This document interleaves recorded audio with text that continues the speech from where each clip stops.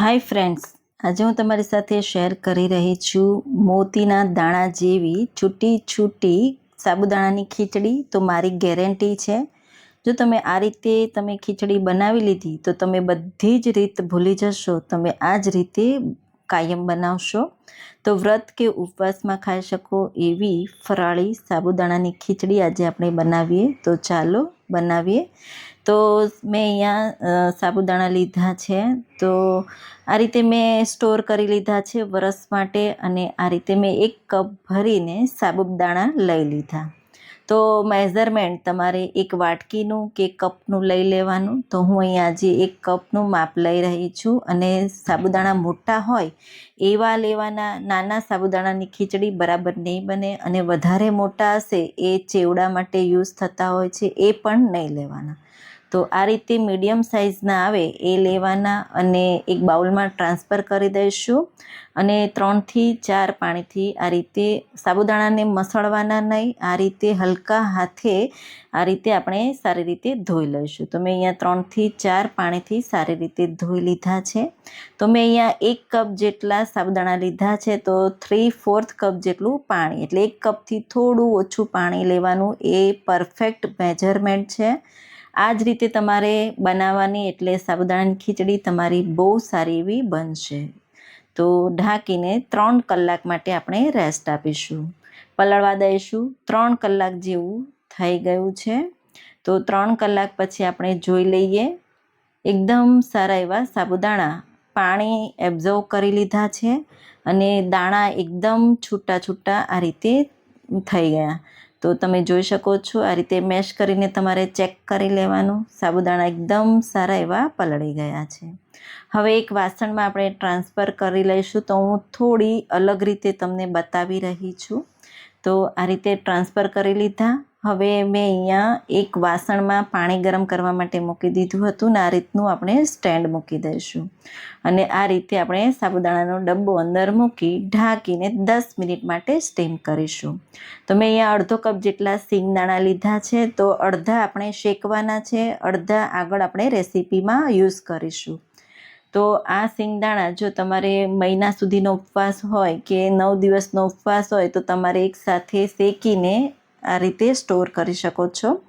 જ્યારે પણ તમારે રેસીપી બનાવવી હોય ત્યારે તમે ફટાફટ બનાવી શકો છો. ઠંડા કરી લીધા, અને આ રીતે ફોતરા કાઢી મિક્સિંગ જારમાં ઉમેરી દરો આપણે પાવડર રેડી કરવાનો છે. તો બહુ ફાઇન પાવડર રેડી નહીં કરવાનો, આ રીતનો આપણે પાવડર રેડી કરવાનો છે. તો તમે જોઈ શકો છો. હવે બીજી બાજુ આપણે સાબુદાણા પણ બફાઈ ગયા. તો તમે જોઈ શકો છો, એકદમ સારા એવા ટ્રાન્સપરન્ટ થઈ ગયા છે. તો આ રીતે, અને ગરમ ગરમ હોય ત્યારે જ આપણે આ સિંગદાણાનો ભૂકો ઉમેરવાનો છે. તો પહેલાં આ રીતે આપણે મિક્સ કરી દઈશું ઉપર નીચે, અને આ રીતે સાબુદાણાનો ભૂકો ઉમેરી દઈશું, જે આપણે પીસ્યો હતો એ, અને એકદમ સારી રીતે મિક્સ કરી દઈશું. તો તમે આ રીતે જો ખીચડી બનાવશો તો સાબુદાણાના બધા જ દાણા એકદમ મોતી જેવા છૂટા રહેશે, અને ખાવામાં બહુ ટેસ્ટી એવા બનશે. તો હવે એક કડાઈમાં 2 ચમચી જેટલું ઘી ઉમેરી દઈશું. તો હું વ્રત માટે બનાવ્યું છું, એટલે ઘીમાં જ બનાવું છું ખીચડી. તમે તેલ પણ લઈ શકો છો. ઘી સારું એવું ગરમ થાય એટલે મેં એક મોટી સાઈઝનું બટેટું આ રીતે પતલું કટ કરી લીધું છે, અને એકદમ સારું એવું બ્રાઉન જેવી ડિઝાઇન આવે ત્યાં સુધી આપણે થવા દઈશું. તો તમે જોઈ શકો છો. હવે બાકીના સિંગદાણા આપણે આ સમયે ઉમેરી દેવાના. એકદમ સારી રીતે આપણે સાતળી લઈશું. તો બટેટા થઈ જાય એટલે સિંગદાણા ઉમેરી દેવાના, સાથે લીલા મરચાં કટ કરીને ઉમેરી દઈશું, થોડા મીઠા લીમડાના પાન ઉમેરી દઈશું, અને એકદમ સારી રીતે આપણે 1 મિનિટ માટે આ રીતે સાતળી લઈશું. તો એકદમ સારી રીતે સતળાઈ જાય એટલે હવે 1 ચમચી જેટલું આપણે જીરું ઉમેરી દઈશું. તો જીરું તરત જ ફૂટવા લાગશે, તો આ રીતે આપણે પછી ઉમેરવાનું, અને એકદમ સારી રીતે બધું મિક્સ કરી દઈશું. મિક્સ થઈ જાય એટલે હવે આપણે સાબુદાણા ઉમેરવાના છે. તો સાબુદાણા આ રીતે ઉમેરી દઈશું. તો બાફેલા લીધા છે, એટલે વધારે થવા દેવાની જરૂર નથી. માત્ર મિક્સ કરી દઈશું અને થોડા મસાલા ઉમેરી ખીચડી રેડી કરી લઈશું. તો આ રીતે એકદમ સારી રીતે બધું મિક્સ થાય ત્યાં સુધી મિક્સ કરી લઈશું. તો તમે જોઈ શકો છો સાબુદાણા એકદમ ટ્રાન્સપરન્ટ અને છૂટા છૂટા બન્યા છે. હવે એમાં 1 ટીસ્પૂન જેટલું મીઠું, તો મેં અહીંયા સિંધવ મીઠું લીધું છે, વ્રત ઉપવાસ માટે છે એટલે. તો તમે જો રેગ્યુલર બનાવવાના હોય તો તમે રેગ્યુલર મીઠું પણ લઈ શકો છો.